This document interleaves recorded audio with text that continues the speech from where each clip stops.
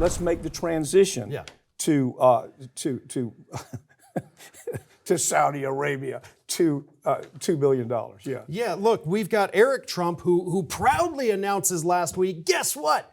We're going to have Trump Tower Jeddah in Saudi Arabia. And this is a deal that, by the way, they have been working on for several years.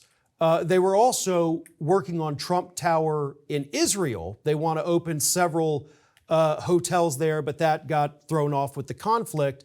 But the hotels, by the way, in Israel, because this is such a juicy story too, they have strategically bought these places, one right next to the defense ministry, so that way you get all of the visiting officials, everybody there. Yeah, the other is right next to the military base. Okay. So you get all these people. But this one in Saudi Arabia. That has not gone through. Is that, right, that's on hold, That's he on says. hold, okay. But Saudi Arabia, by God, that's happening. And what a wonderful thing it is, because God knows if you want to go somewhere luxury on vacation, you go to Saudi Arabia. Okay, the difference here, I'm not going to try to defend it. Okay, that's the difference. And I'm just saying, why can't we process all of this and say that Biden story is just as ugly as this story? There's no way for me to. I mean, he's taken up with Mohammed bin Salman, who is what?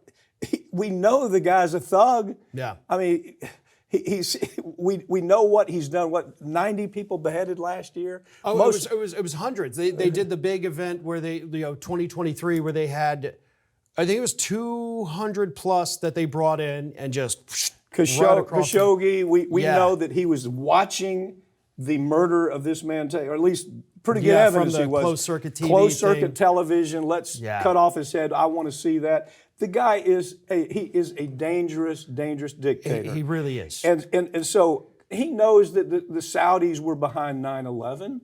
Well, we can't hide from that. We know that. It's not speculation anymore. The royal family directly connected to all of that.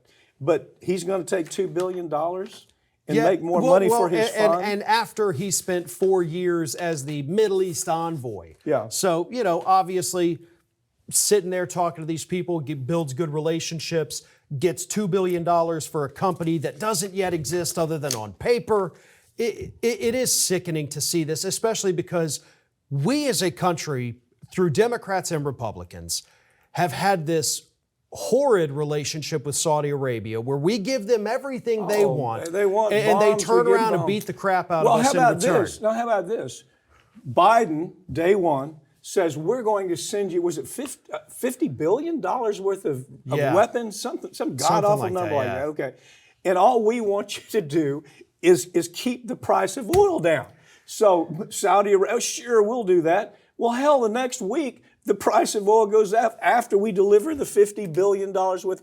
These people are thugs. And Biden went back. He says, well, why are you not doing that? And say, well, we're not going to do it. Yeah. And so then Biden, because the story's even worse than just what you. Biden says, okay, well, we're not going to give you any more weapons. And then I think it was 6 months later, he says, okay, we'll send you more weapons. Yeah. Can you lower oil prices for us? They say, well, we're still not going to do it, but thanks for all the weapons. Yeah, he's a putz. I mean, we got putz but for he president. was, Trump was, Obama was, Bush obviously was. The difference, okay, look, here's the point I'm trying to make with you, Farron. I see the whole Biden, China, Ukraine story the same way. And we just have a differences of opinion. But I'm still willing to embrace for both sides. Kushner shouldn't do this kind of thing. It's wrong. And I just think we have to call it out all the time. Well, the difference is I'm also not saying that Jared Kushner broke the law. Yeah. I'm just saying this is shady, just as I've admitted Hunter Biden is shady.